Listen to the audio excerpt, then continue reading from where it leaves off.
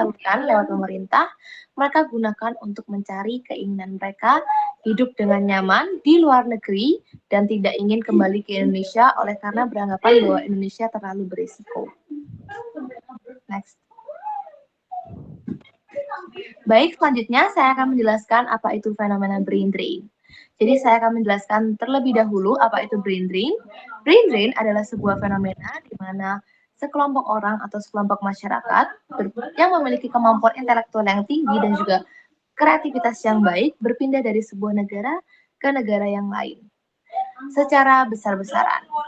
Nah, sekelompok orang ataupun sekelompok masyarakat tersebut tentunya memiliki faktor atau alasan tertentu mengapa mereka mau pindah dari sebuah negara ke negara yang lainnya. Maka dari itu, saya akan membahas beberapa faktor yang memicu atau mendorong sekelompok masyarakat atau sekelompok orang tersebut pindah dari sebuah negara ke negara yang lain. Saya di sini akan membahas 4 faktor. Yang pertama yaitu ada faktor ekonomi. Faktor ekonomi ini berkaitan dengan generasi muda yang beranggapan bahwa Indonesia memiliki kondisi ekonomi ataupun finansial yang kurang, sehingga mereka merasa bahwa ketika mereka tinggal di luar negeri, mereka mendapatkan kondisi ekonomi ataupun mendapatkan dukungan ekonomi dan finansial yang lebih baik daripada ketika mereka di Indonesia. Sehingga mereka lebih memilih bahwa, oh aku akan tinggal di luar negeri saja kalau begitu, dan tidak akan kembali ke Indonesia. Meskipun uang yang mereka pakai untuk tinggal di sana, sebagian adalah uang beasiswa yang mereka terima. Kemudian, faktor yang kedua adalah takut tidak dihargai. Hal ini berkaitan dengan generasi muda yang merasa bahwa ketika mereka kembali ke Indonesia, mereka tidak akan mendapatkan kesempatan yang baik. Mereka tidak akan mendapatkan keuntungan dari pendidikan yang mereka raih setinggi-tingginya di luar negeri, sehingga mereka merasa bahwa, oh aku sudah kuliah di luar negeri, meraih pendidikan yang tinggi, kemudian aku akan menggunakan kesempatan itu di luar negeri saja, dan tidak akan kembali ke Indonesia. Next.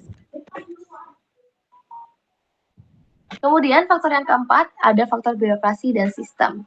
Hal ini berkaitan di mana generasi muda itu merasa bahwa ketika mereka ke Indonesia, mereka itu tidak akan mendapatkan dukungan yang pasti atau tidak akan mendapatkan respon yang baik dari pemerintah. Adapun fasilitas-fasilitas yang mereka terima di Indonesia itu terlalu minim dan mereka merasa bahwa fasilitas di luar negeri kemudian dukungan dan respon dari pemerintah di luar negeri itu lebih baik kepada mereka untuk dapat memberikan kenyamanan kehidupan bagi mereka. Kemudian yang keempat tentang zona nyaman. Nah, zona nyaman ini berkaitan dengan tiga faktor yang sudah saya bahas sebelumnya, yaitu tentang faktor ekonomi, ketakutan tidak dihargai, dan juga faktor birokrasi dan sistem. Jadi faktor yang keempat ini menangkup tiga faktor yang saya ucapkan sebelumnya. Hal ini berkaitan dengan generasi muda yang mencari kenyamanan kehidupan mereka. Sehingga mereka merasa bahwa mereka lebih nyaman, lebih baik, lebih aman, lebih diuntungkan di negara lain dibandingkan ketika mereka harus kembali ke Indonesia yang mereka anggap terlalu beresiko untuk kehidupan mereka selanjutnya. Baik, sekian penjelasan saya mengenai isu yang kami bahas dan juga penjelasan tentang fenomena brain drain. Materi selanjutnya tentang konsep video akan dijelaskan atau disampaikan oleh Rosyal. Ya. Bentar. Baik, saya akan menjelaskan. Kak, next Kak. Oke, jadi untuk selanjutnya saya akan menjelaskan pendekatan subversive critical analysis. Jadi pada video ini kami menggunakan pendekatan ini dipilih untuk menghindari klise dengan menggunakan analisis yang kritis dan sudut pandang yang lebih berani. Format video dibuat seperti dokumenter yang lugas dan tegas dan langsung pada inti pembahasan. Next Kak.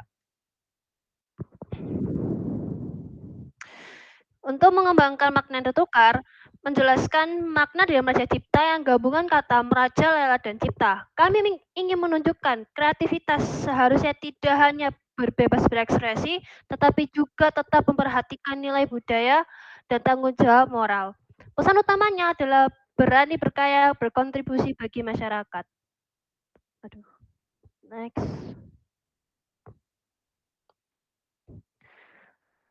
Yang terakhir adalah untuk visual, kami menggunakan konsep low budget, high impact. Pengambilan gambar dilakukan dengan dilakukan di lingkungan sekolah, pencahayaan alami agar terlihat seperti dokumenter yang jujur dan realistis. Cara ini membuat produksi tetap sederhana, tetapi pesan yang disampaikan tetap kuat.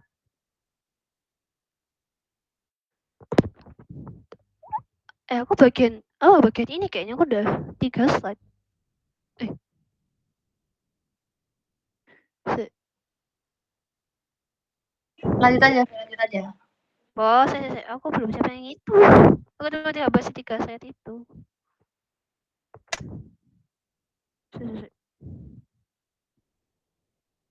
Enggak, siapa yang terakhir soalnya.